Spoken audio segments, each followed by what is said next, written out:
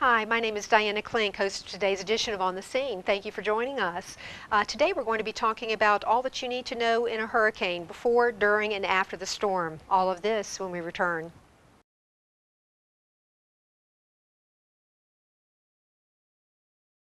Hi, welcome back to On the Scene. Joining us now is Captain Jim Judkins, Coordinator for the Division of Emergency Management with Suffolk Fire and Rescue. Captain Judkins, thank you for joining us today. It's my pleasure to try to get a message across during this season. Now, we're looking around, and of course, it seems a little quiet in here now, but you and I both know that that was not quite the case when we were dealing with Hurricane Irene back last summer. And of course, this was bustling with activity, the city manager, all the department heads and so forth, everybody working together to try to keep our city safe and to get the best information out to our citizens. And that's essentially what we're here to talk about today is emergency preparation, which I know is pretty much your middle name. I mean, that is the scope of exactly what you do day in, day out. But now with hurricane season upon us, we'd like to particularly focus on the hurricane season in review and what we can expect this year. If we look back to the 2011 hurricane season, we had 19 named storms that year, and we were very fortunate. Of the 19 named storms, only one actually made landfall in the United States. But the bad news about that, it was Irene, and it made impact on the East Coast and created some problems for us. But again, we got through with it. As far as the 2012 hurricane season, the projections from various sources that are reliable in the business, and from the AccuWeather, Weather Channel, Colorado State University, and of course the folks at NOAA and the National Hurricane Center, they're projecting right around an average or just slightly below average hurricane season. Now, in lieu of the last 30 days, we probably thought, say, well, gee whiz, it's going to exceed those, but the season did start out a little bumpy with some initial storms. We had two in a relatively short period of time, and fortunately, they didn't create a whole lot of problem for us. But right now, things have quieted down in the tropics, and hopefully it'll go back to a season norm, and we won't have any major impact. And that's what we look for. We cross our fingers and hope we don't have any major impacts. Our motto within the division is prepare for the worst and hope for the best. Now, when we talk about the hurricane season in general, what time frame does that encompass? The first day of hurricane season is June 1, and then that runs through November 30th every year. So that's pretty much as far as when we talk about the named storms, and those would be anything appearing within that time frame then? That's correct. Yeah, in some years past, we actually had a few stragglers that moved into December. And of course, if it happens, it goes on to that.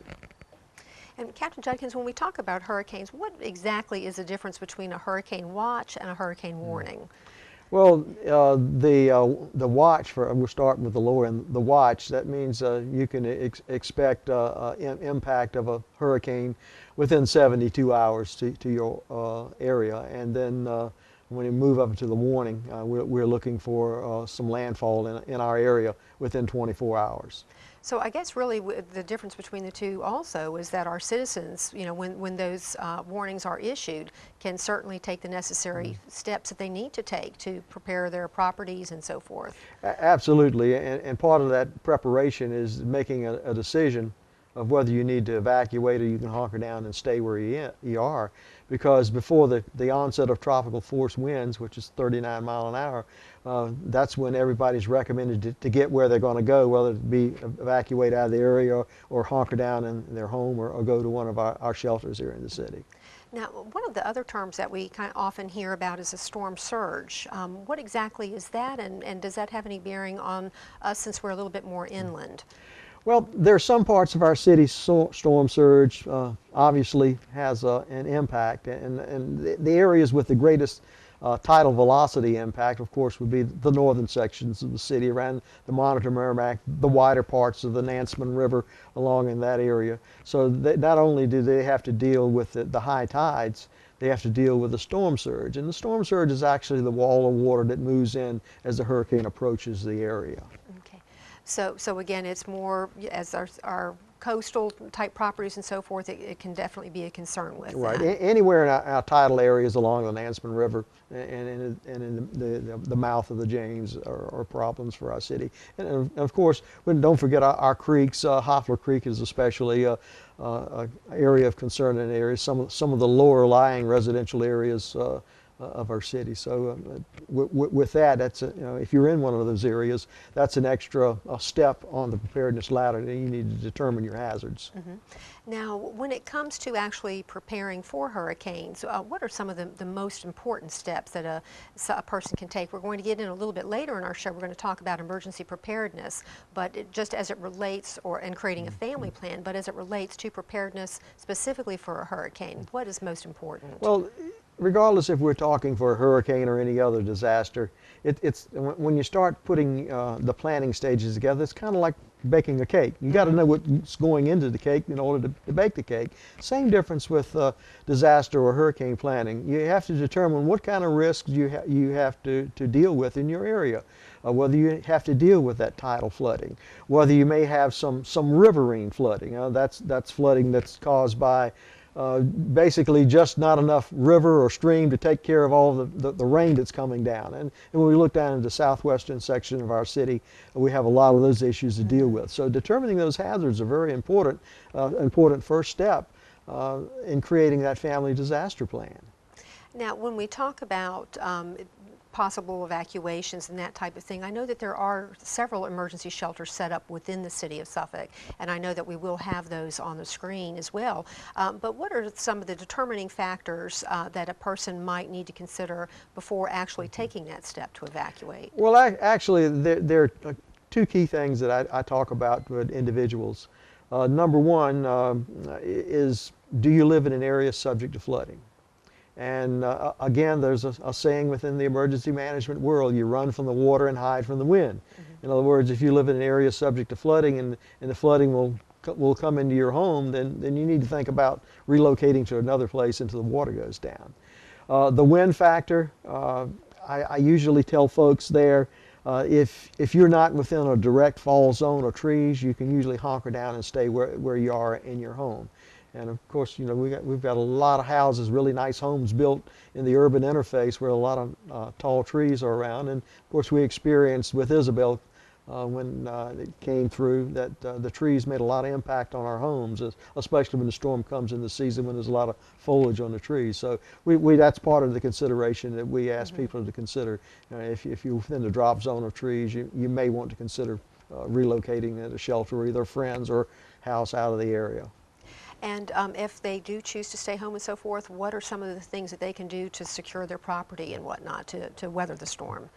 Of course, there's some things you can do ahead of the storm, like pruning the trees and putting away loose items, lawn furniture, and other things that could blow. That can go a long way to protecting your homes, because one of the things that causes a lot of storm damage is when the envelope of your home is actually breached. Then the wind and the rain and gets inside, and that's when a lot of damage starts. So if you can keep that from happening, then you're ahead of the game on the program. Well, and I guess that's really important too when we talk about the warnings and so forth that are in place. That certainly does allow you the time to take the necessary precautions then.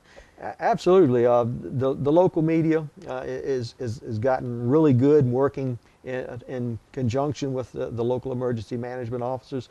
This year we've actually got an extra layer of warning that's coming on board as part of the overhaul of the National Emergency Alert System. Anybody that has a cell phone that has the smartphone type capabilities, it started the 1st of June, they will actually get all warnings on that cell phone.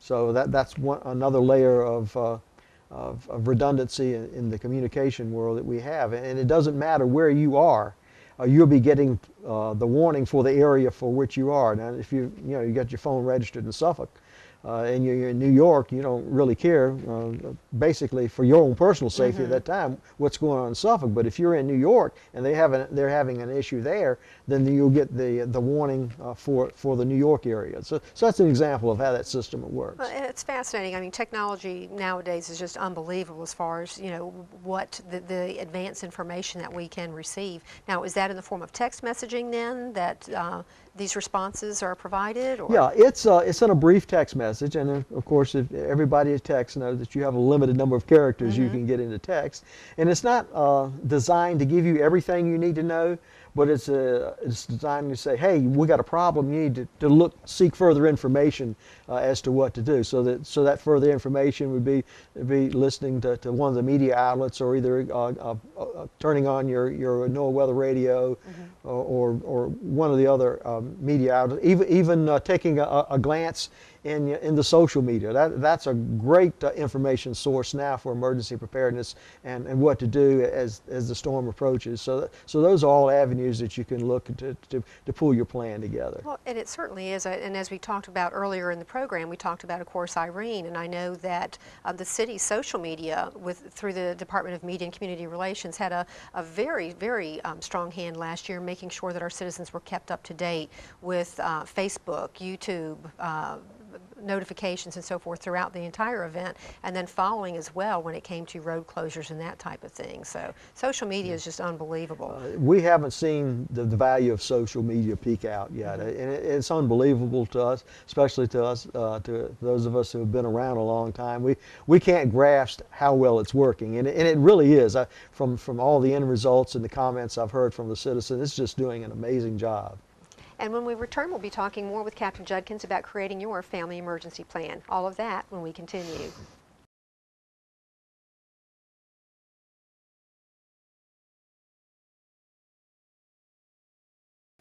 Hi, welcome back to On the Scene. If you haven't joined us earlier, we're here with Captain Jim Judkins talking about hurricane season.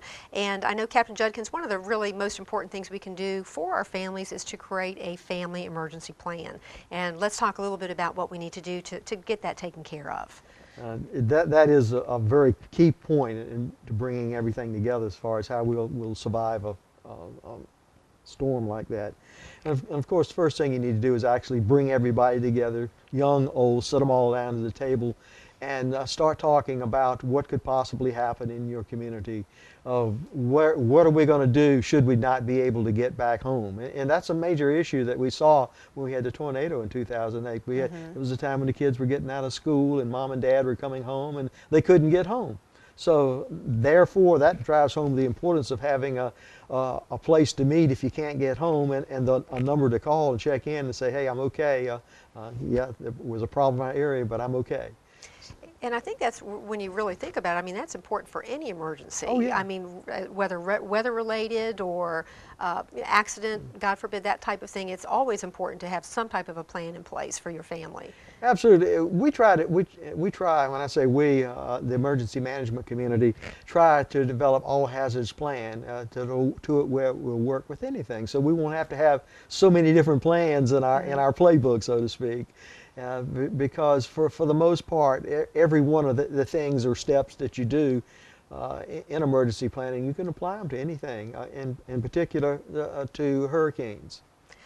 When we talk about the family emergency plan, I know that on the city's website, of course, we have the hurricane evacuation guide that our citizens can download, and it also has links to some other really helpful information, as well as planning information for a family emergency. So I get that would certainly be a good resource then for our families to go ahead, download that information, set out the sheets in front of them, and start definitely documenting exactly what they would do, given an emergency. There's even, you're making about forms and sheets, there's actually a form that you can fill out as part of the planning process to where you can put that contact information and cut it out as a little pocket card where you can put in your wallets, billfolds, or purses, and you'll have that information always with you. So that's a form that you can actually download, and I have them here. I have them here at the station that I can pass out to if somebody needs them like that. And that's another important thing. As I said, there's definitely a wealth of information here, as well as at several of your other fire stations as well, as far as the evacuation guides and other helpful information for our citizens.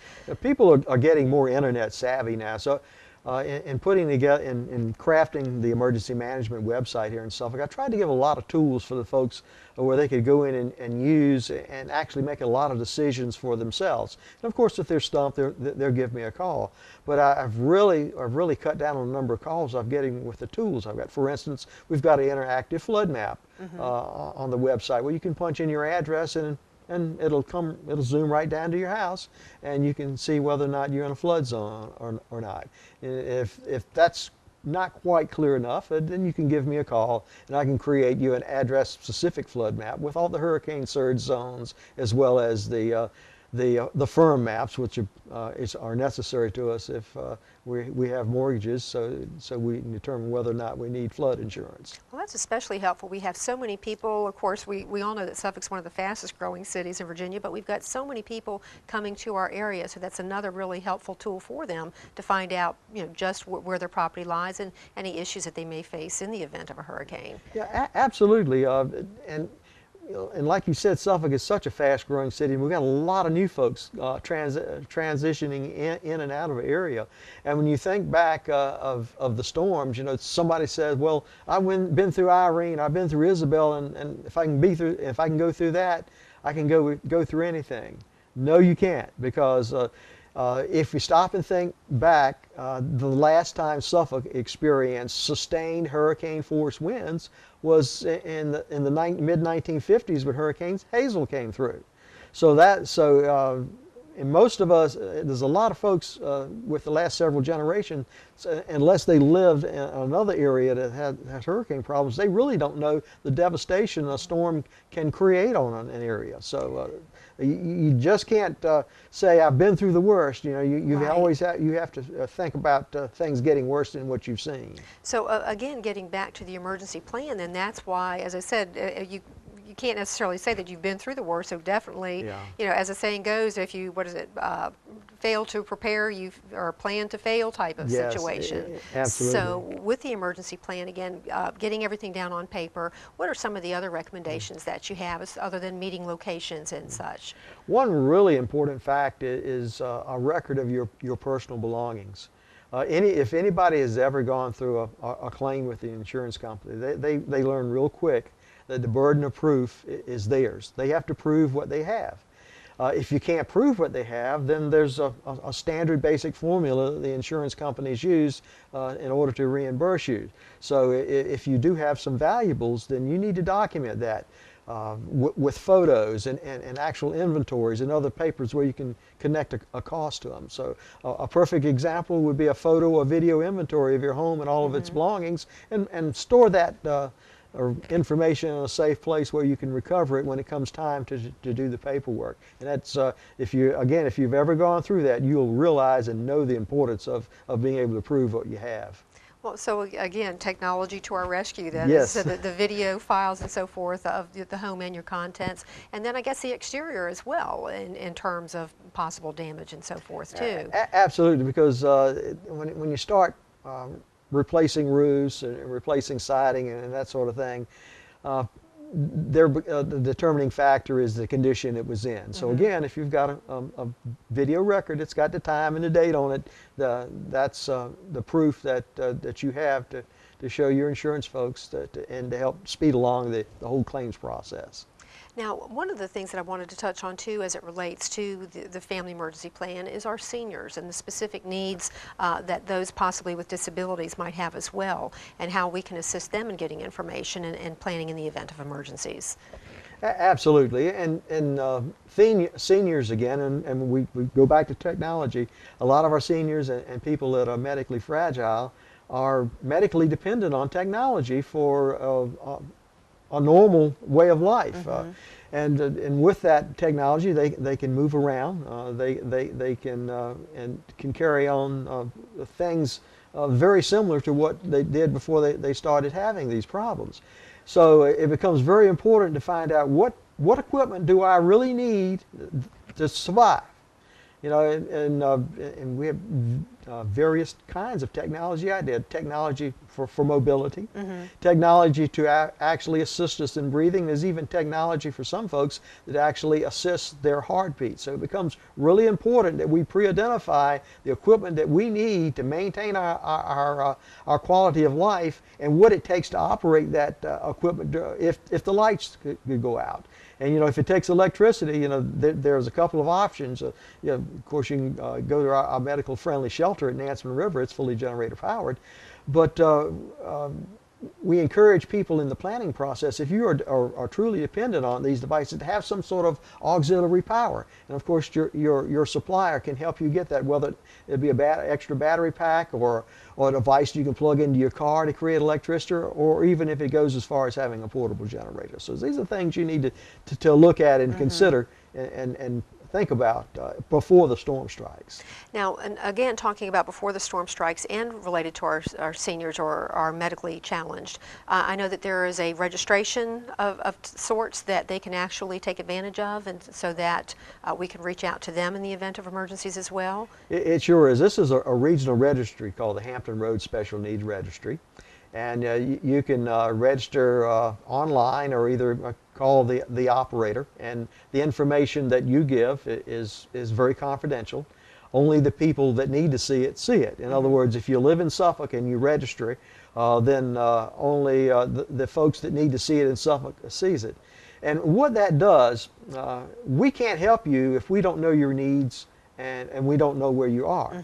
So as the storm approaches, part of the things that we do is getting prepared. Our folks in social services are actually making calls to these individuals to make sure that they know a storm is coming, and for them to convey us any extra help that they might need that may not be on that registry. And you know, because you know, we encourage folks to register every 6-12 months, or as their conditions change. But you know, sometimes you can register and you've forgotten what you've put on the registry.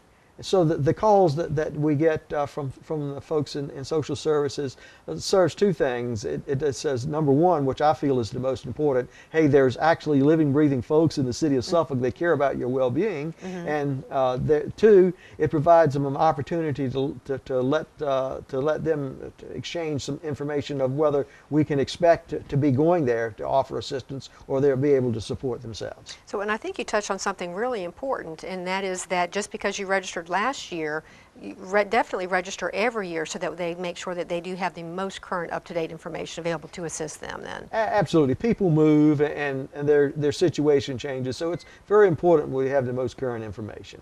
Well, Captain Judkins, you're always such a wealth of information. Every time we meet, there's something new that I've learned. But in closing, just wanted to find, was there any other last bit of information that you'd like to share with the citizens as it comes to hurricane preparedness and plans that they can make? Okay, well, let's not forget the pets, okay. Our four-leg or other creatures.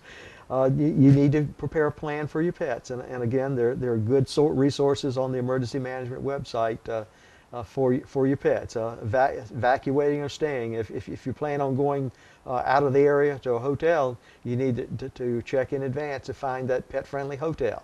Of course, if you're going to a relative's house, you know ahead of time whether or not the pets are welcome there or not. But you have to have a plan for your pet. And if you're hunkering down, you want to make sure the pet has the information, has all the supplies that they would normally need to get through. You may not be able to get to the store. And if you're evacuating, you want to make sure you have your pet's medical records, because if you go to a shelter, they're going to want to see the records there. You want to make sure you have the leashes, the collars, the bowls, the food, right. and here's an important fact: a photo record of your pet in case you become separated. So those are just some basics that you need for creating a pet plan. Again, important facts, but things that we would not necessarily think about in the planning stages. So again, as I said, it's always so special to spend time with you and to help to inform our citizens. And again, we thank you so much for all that you do here in emergency management. So thank you for joining us.